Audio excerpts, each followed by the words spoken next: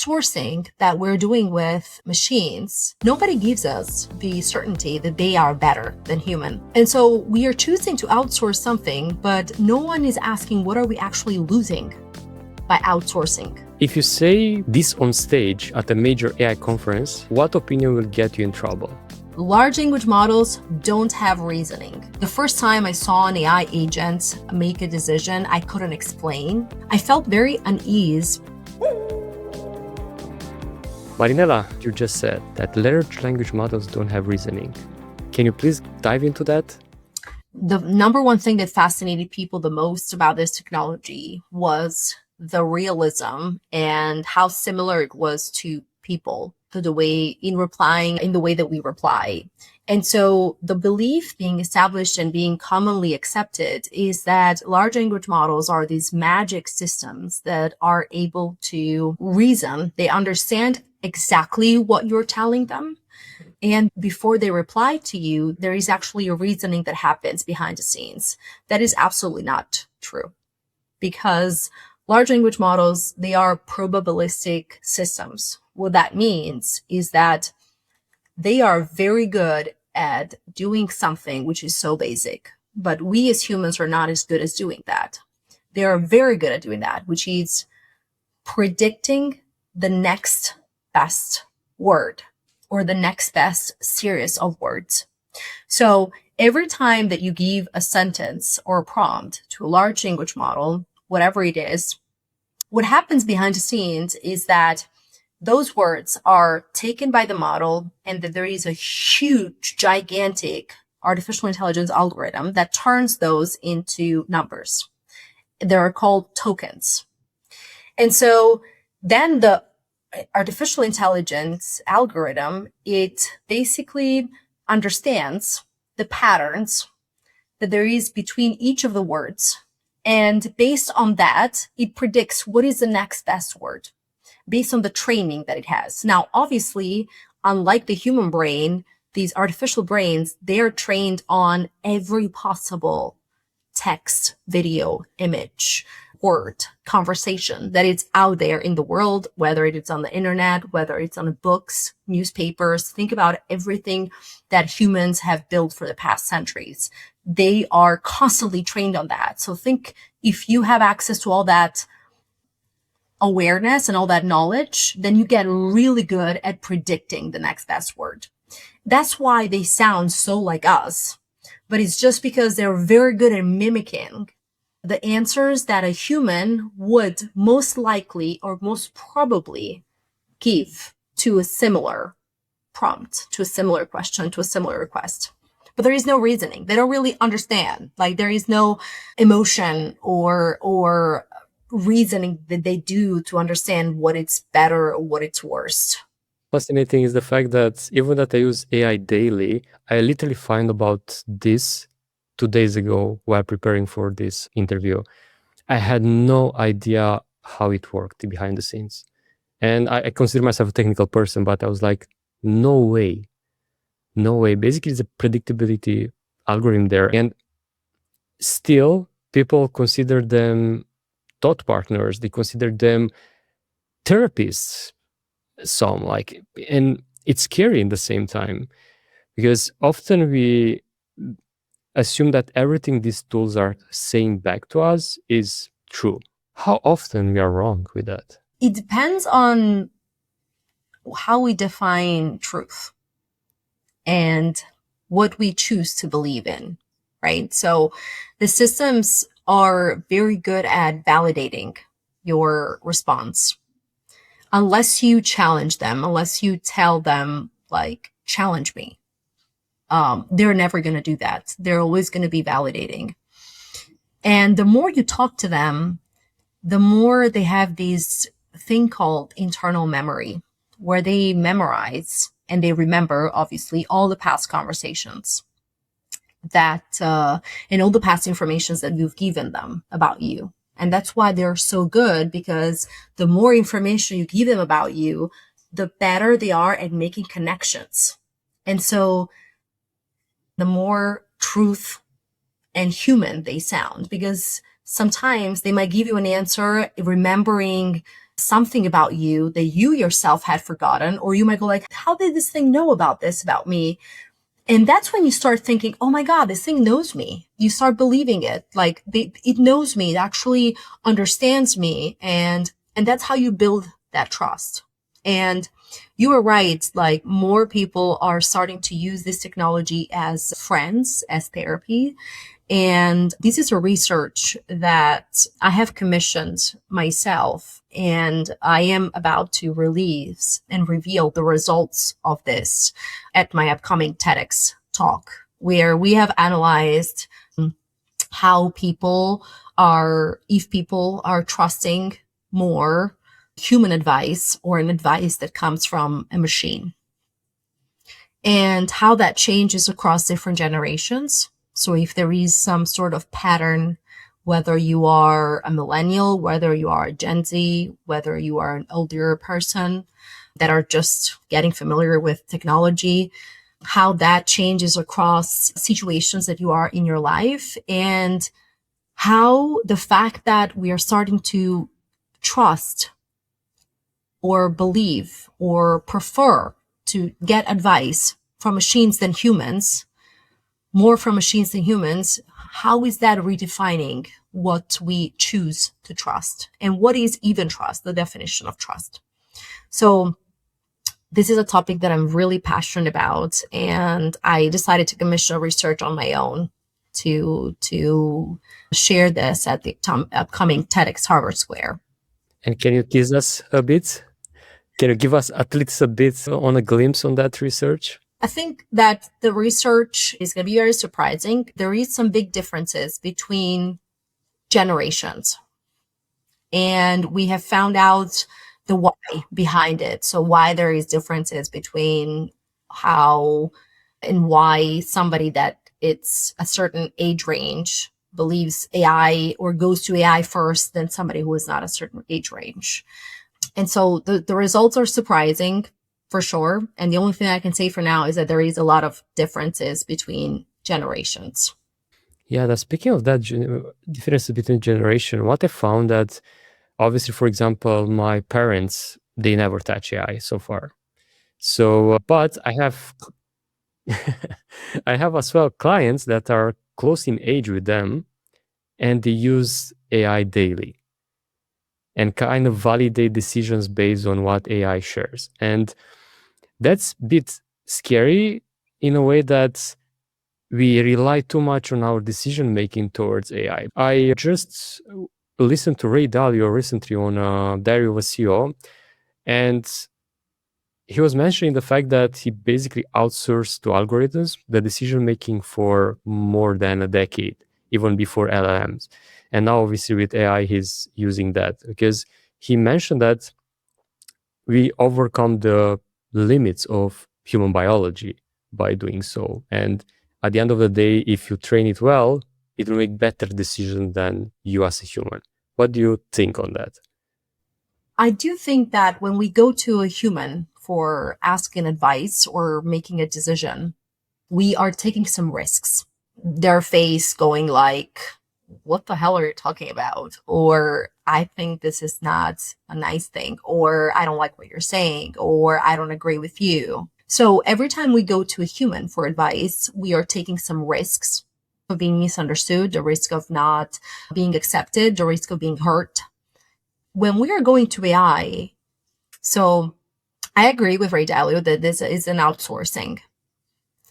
Now, the fact is that when we talk about outsourcing, if you think about the definition of the term outsourcing, you outsource something when something or somebody else can do it better, right? If you're an enterprise, if you're a human, like you outsource something, you go to an agency, you hire somebody externally, an external consultant because they can do it better than you, or at least that's your assumption, right? Now, the outsourcing that we're doing with machines, nobody gives us the certainty that they are better than human.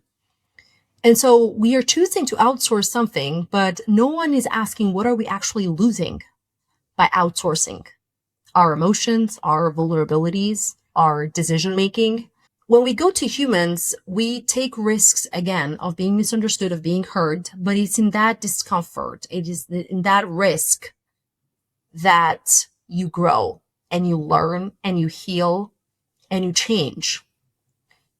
If you eliminate that, if you have a frictionless decision-making process, then how is growth being impacted? How is, everything that makes us human actually being impacted? Because you are really removing any friction, any barrier to your decision-making process. And most importantly, you might live an entire life where you get old, you look back and you think, how many decisions did I actually make about my life versus a machine? So how much of my decisions were actually mine? That's an interesting question to ask yourself if you're listening or watching this, because how I see this basically is that some of the decisions personally struggle with, because I'm a perfectionist and I will overthink probably even the simplest decisions. But when it comes to life-changing decisions, or what I think are life-changing decisions, personally, I never outsourced to AI. A practical example that I use is prioritizing things based on predefined set of restrictions, priorities, and so on. So that's one way I use to make decision for me. But for example, if someone is in a situation like they have to choose, right, if I let AI decide everything, obviously, as you mentioned, it will prevent me from growth, from like having some sort of live experience into making decisions that I know that I am the one that it's risking, let's say, to go on a less than ideal path than the other.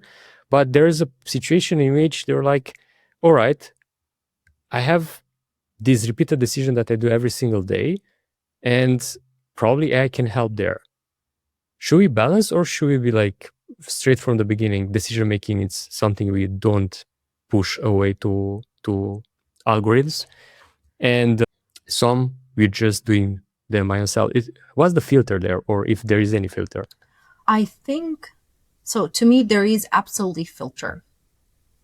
I don't think that we should not go to AI for every decision. I think that AI is really good at some things. I think that AI is really bad at some things.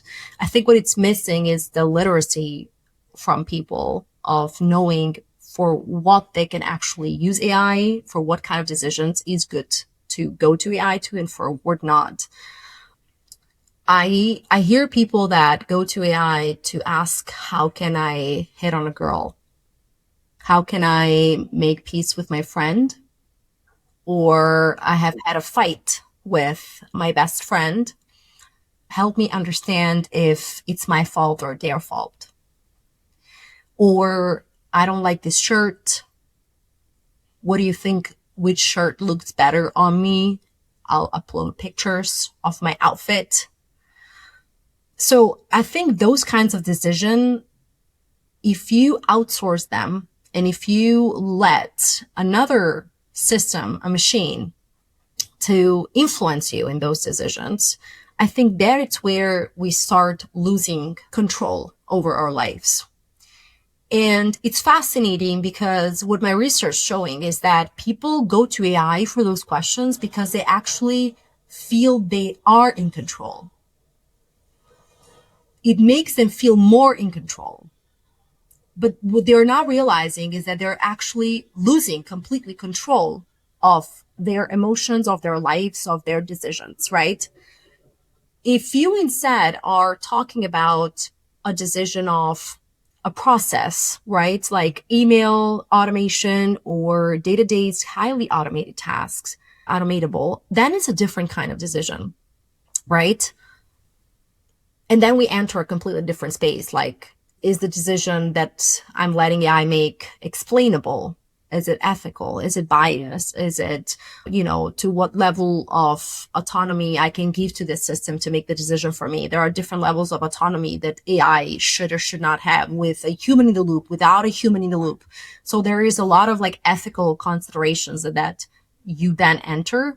But And obviously it's different if you're an enterprise or if you are an individual. But I do think that artificial intelligence, it is great for certain things, and it is great at automating processes that are highly repetitive in nature. So something that you do every week and AI can help you free up that time, why not? Right? At the end of the day, artificial intelligence is not about replacing people. I do really believe this. It's about reimagining what we're capable of when we free ourselves from repetitive work and lean into what only humans can do, which is connect, which is empathize, which is decide with care. And those are things that machines cannot do.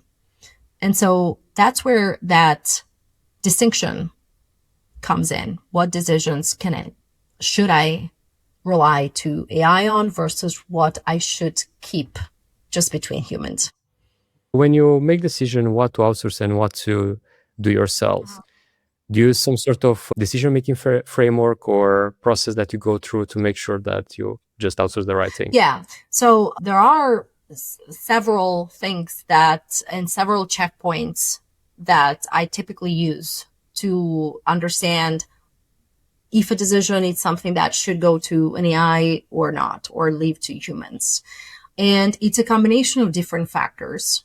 First of all, it's the how many times this decision is repeated. So the repeatability of the decision. If it's a low frequency decision versus a high frequency decision, then if it's a high frequency decision that you might want to explore artificial intelligence being applied into it versus a low frequency decision. You might want to keep it as a human because it means that it's highly dependent on variables that can change many times if it's a low frequency.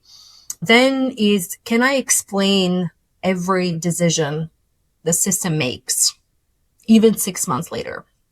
I think explainability is something that we don't talk enough about in general with AI. The first time I saw an AI agent make a decision, I couldn't explain. Like, I really couldn't understand. Like, I was building a approval for loan detection system, like artificial for her loan approval or denial, obviously. So, and I was obviously in an experimental environment. So there was just data being trained. There was no one actually being impacted by this decision. But I saw this agent and it had rejected someone and I could not explain why. And I felt very unease.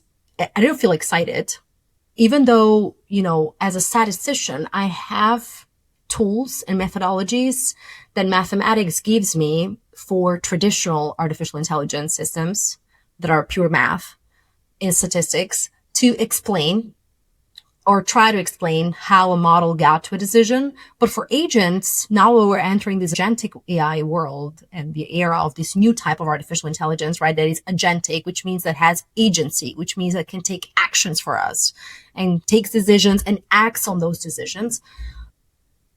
You cannot use traditional statistics or methodologies to explain the model. And so when the first time that I saw an agent make a decision I couldn't explain, I felt so unease. I didn't feel excited. And that's when it clicked for me. I was like, power without explainability, without traceability is a risk, especially when you are in regulated industries, like you are banks, you are healthcare, life sciences institutions, or making decisions that affect people's life in general. These are like bombs and these are bombs that can have an effect later because they might not be dangerous today, but they will be in the future, right? And they will have a scale effect. So I use a mental model, which is no autonomy, then you keep the human in the loop, partial autonomy, AI proposes, human approves. Full autonomy, AI acts with tightly defined governed spaces. So if you want to give full autonomy, you need to give AI a lot of boundaries. Like, if this happens, then escalate it to a human. Or if this happens, kill the process, stop, create an alert, send an email. So very boundaries. So What's coming back to become very sexy actually are deterministic guardrails. So things like if then else things, rules, business rules, those are becoming again the most important thing. Then we had neural networks, then we had deep learning and recognition. And then now we're going back to where we have these powerful systems that if they're let alone in full autonomy, they're so dangerous that we need to compare and buy, like combine them with deterministic guardrails. So that's where we start from.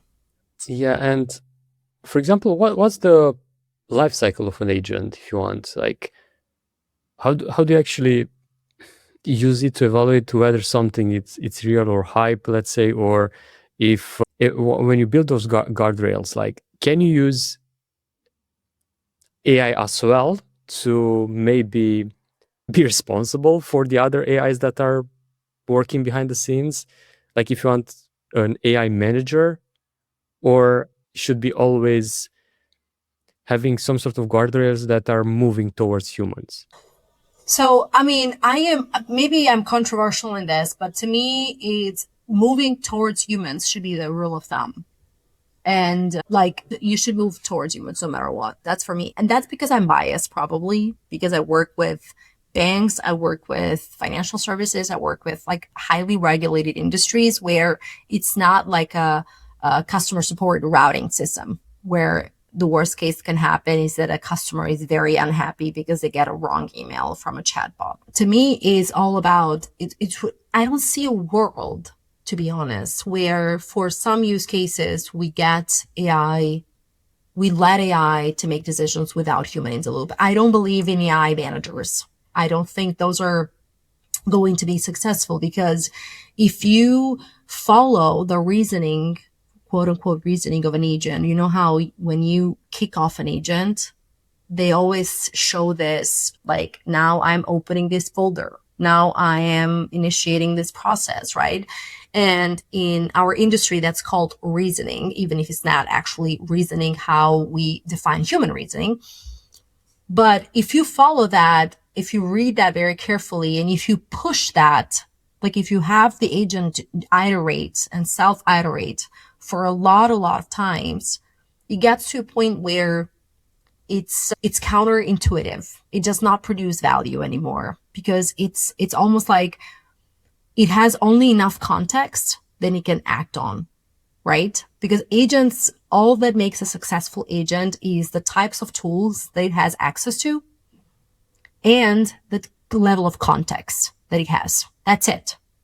So the more context you give to an agent and the better quality tools you give it access to, then every time that you give the agent an objective or a goal, it's gonna iterate and it's gonna reason based on the context it has, and it's gonna access the tools to achieve that goal, right? But it's very limited within that context, within those tools. And that's it. So like if something goes wrong, another AI agent manager, it will be limited as well, only within that context and within those boundaries. So always have human escalations in the process. Always. That's my recommendation. Yeah, and it's a valid one because indeed, and for my own implementation, so I started using Cloud Code to build some agents and have trained on certain skills and predefine commands for those listening. They are basically processes that are like predefined. And indeed, apart from that, obviously I connected with some MCPs to have access to the internet, to my Notion account, to my Google Workspace. But outside of that, it's just I analyze that's how it goes into the process. And if it doesn't have something that they need, I train them to get back to me. And maybe that's my way of adding myself in the loop. Plus, what I try to do is to never submit something as a deliverable, as a final thing. Like, I need to look at it first. Because no matter how good is the context, they will still do mistakes that I cannot put out there. But speaking of implementation, like in the day-to-day world in your work, how do you really use it. And if you use certain tools and if you avoid others because, I don't know, some restrictions and so on. So what I use in my day-to-day job, it's a lot of copilots. So it's just for, I mean, this is probably going to make people laugh because people assume that because I work in AI, I use AI tools for everything. I always have the answers, and I wake up in the morning and AI makes coffee and breakfast for me. The truth is that is not the case. It's really because when you work in AI, you realize that the most valuable part and the most important thing is not building something that is capable of, but it's building something that you can explain, right? And you can explain how, to the people who need that. And so for me, the majority of my work is about building models that I can then explain to other people how it got to a decision, right? And so I use AI for very basic stuff. They use it to help me to beautify emails. I'm not English native, so I grew up in Italy, born from Albanian family. So English is not my first language. So I use it a lot to help me for copy editing. I use it to give me ideas, to brainstorm ideas for presentations, for proposals that I have to put together for clients or for internally at work with the team that I lead. So it's a lot for like brainstorming and this thing. So it's a way of using it where I'm always the one that reacts to the answer. Like, do I like it? Do I not like it? I don't have like these magic unicorns. The only thing that I build is I'm big on news, and you know this better than me probably. Like, it's so hard to keep up with all the news and newsletters and things that happen and scientific research, which is something that sometimes people don't care about, like all the scientific research and papers that get published. So the agent that I've built is where I can say that I use, agentic AI. To give you an example, is this that based on some keywords just tracks articles for me and puts it for me in an Excel and summarizes some of them. And so I read a quick summary every morning, and I just decide which ones I want to deep dive more or I want to look at. And I have them categorized by whether it's a podcast, whether it's a white paper, whether it's a video, whether it's an article or a scientific paper. So I get to choose which type of format or type of content I want to consume. And that's really the only thing. And then the majority, the bigger way that I use AI is really for my clients. So when I train models on their data, whether I'm building a fraud detection model, whether I'm building a optimization model, or like it's there that I really dive into building artificial intelligence. Nice. And yeah, that's the thing, right? Like, because often people assume if you're in a certain industry, you're like using some super advanced systems that is doing everything for you. But the reality is, and speaking of the industry, like you moved from Italy to US, basically building a career in a male dominated field. Oh yeah. What was harder than you expected? There were a lot of things that were harder. First of all, being a woman in technology is interesting, I would say. As women, we have this huge creativity and innovative mindset. And I see this not just because I'm a woman, but because I lead people in my work. And I see how women tend to process tasks or when we're in a brainstorming session versus man. And so the most innovative and the most creative and the most crazy ideas, sometimes they come from women, right? And in technology, we need that because we need to be creative. We need to be innovative. And I grew up in college and university, all my friends thinking I was a nerd and I would do only like boring things.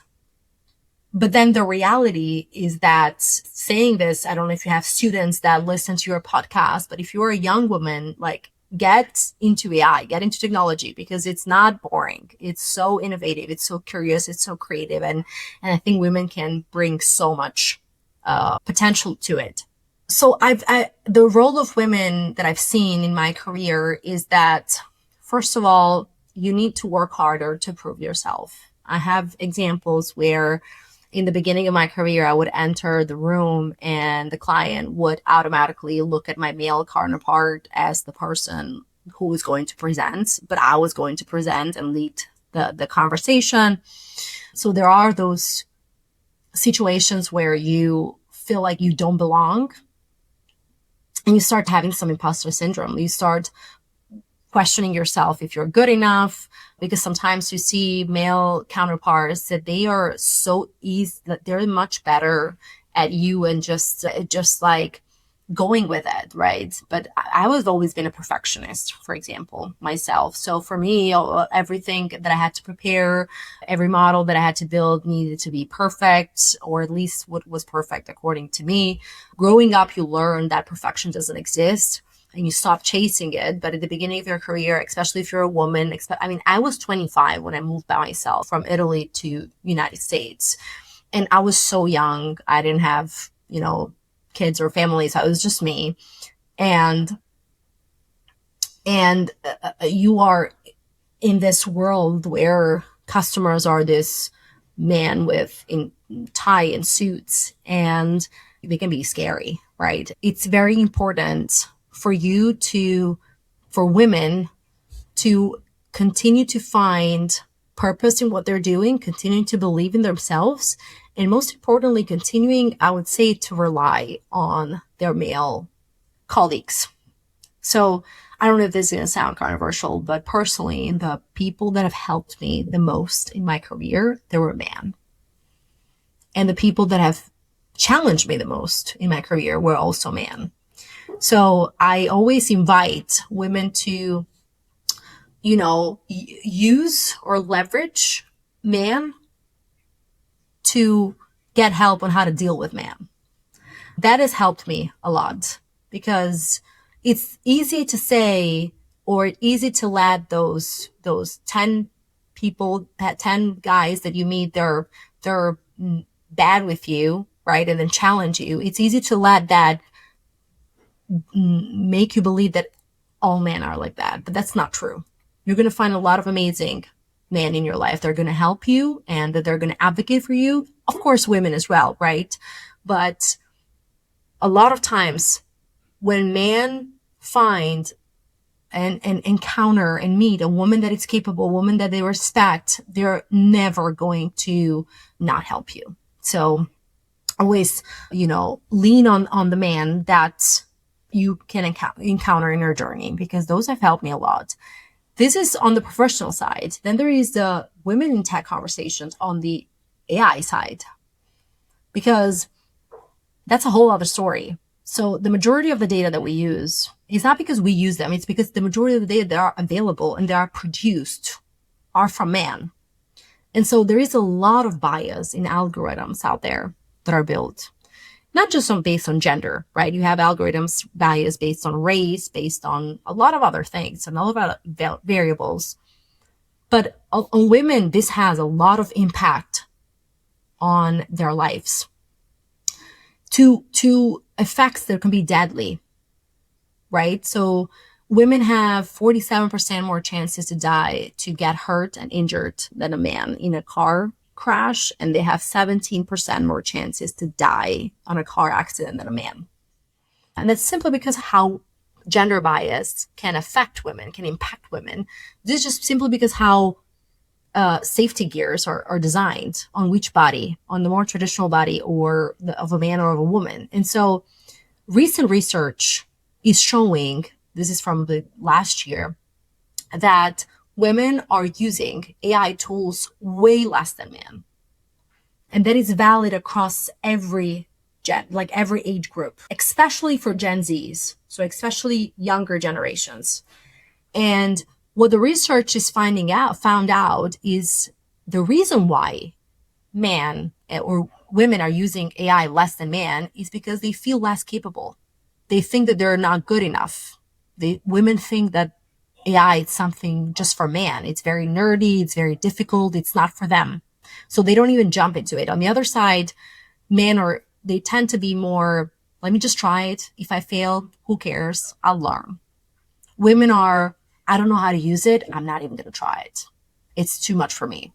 And so this is creating a power gap because AI will decide who will have the power to lead in the next decade. And if we as women are not part of that conversation, we already lost the financial war because we did completely. We cannot lose the AI wave as well. And what you'll tell to those that are on that fence and they know they are quote unquote left behind if they don't use AI? What would be their first step? Just go on any search engine and type AI tools that I can use. Open ChatGPT, open Gemini, ask it a question. Like really just start somewhere. Ask your friends how they're using it. Ask your man friends how they're using it. Ask your women friends how they're using it. Just start. Take a picture of your fridge and ask what recipe you can cook with it, or take a picture of your car or of your living room and ask how you can remodel it. Like use it somewhere. Just start. That's what I would say. Just start and be always curious. I mean, that's what everybody, like, that's how everybody starts with a new thing. Like nobody has figured AI out. And if anyone tells you that they have, is because they're just better at being louder about it. And I'm one of those people myself. Like I publish content about AI, but that's just documenting my journey. It's not because I have figured it out. It's not because I'm smarter than others. Like nobody has figured AI out. And that's the only certainty and the only truth that we know today. And so don't feel like you are not smart enough for this. Don't feel you cannot start studying it. Just start somewhere. Try, open ChatGPT, open Gemini, ask it a question and go from there. I love that example. And especially the fact that so practical ones that you give, like give it a picture, reimagine that, I don't know, living room or whatever. Because often we have that aha moment afterwards. You see the tool in action, making something that you didn't know it's possible. And from that moment on, the curiosity sparks in, the creativity sparks in, and you try using daily, and you're having a point in which like, how can I live my life without it? But speaking of that, do you imagine your life without AI? Sometimes I wish I didn't have AI in my life, to be honest. Because, it tends to, I love artificial intelligence. It's my work and I've seen its ability. I see firsthand its ability to do so much good and to do so much value, positive value for people. Even just thinking about what AI is allowing, the innovations that it's allowing to achieve in healthcare, the discoveries that we're making. Like hundreds of years ago, people, the average life expectations was 50 years old. Now it's what, 80, 90? It's going to be more than 100. And we're going to get there thanks to artificial intelligence as well, paired with the incredible human knowledge that we have in our doctors, right? But like the life expectancy is going to increase a lot. And that's one thing that I'm super excited about artificial intelligence, right? That it's going to make us live longer. It's going to make us live better, healthier for those of us who get on board again. So we need to get on board. But in the other side, I think it's going to create a lot of other things like isolation, loneliness. We're going to start losing our ability to communicate among ourselves, our ability to feel vulnerable, to open with each other, because we're going to have these tools that we can just open to them and ask them how we can process somebody's loss or how we can process something, right, in our lives. And so that's what scares me the most. That's the part that I don't want to have in my life. Do I imagine my life without artificial intelligence? Yes, of course I do. But I also am super excited about seeing how AI is going to change my life and others in a positive way. So it comes with pros and cons, but if you look at the positive side of things, greatly overcome the negative part. And if we're mindful about it, if we're responsible users, then we can truly leverage to our own sake. And please tell those watching or listening where they can connect with you. I am very active on LinkedIn. Just search for Marinela Profi. I have a website where they can reach out. There's my email and contact there. So I would say LinkedIn or my website is my main channels. Awesome. And for those tuning in. Make sure to check the description because the links will be there. And I'd like to conclude with one thing. Like if someone is on the fence of start using AI and they're like, all right, I will just, I don't know, Google a tool and start using it. But they don't know where to start. What would be a practical way of doing it for day-to-day work that they can implement in less than one day? Well, obviously, it depends on the tasks and it depends on the type of job that everybody has, right? But what I would do is I would just look on the internet and search for how can artificial intelligence be used in X, Y, and Z, and just to my role, like their job, right? And just start from there. Like there's a lot of great courses, free training courses online that they can take. So what I would do is just start from searching online. How can I use artificial intelligence for this role? And I get that question a lot from friends or people like, oh, I work in marketing. How can I use it? I'm like, just go online and search for it. Like that's where you start. And then you're going to find forums, you're going to find training, you're going to find courses. Subscribe to a forum. I always like that. I think it's a great way to have a virtual, if you cannot have physical, like a virtual community where you can type questions and say, hey, I'd like to learn about AI in this field. I found out this course. Does anybody know it? Have you taken it before? Do you like it? What do you recommend? So that's what I would suggest. And obviously they can reach out to me if they have any questions. I'm happy to help. That was Marinela Profi. If this conversation made you think differently about AI and tech careers, share it with someone that needs to hear it. Subscribe to not miss out the next episode. I'm Gabe Marushka and see you in the wild.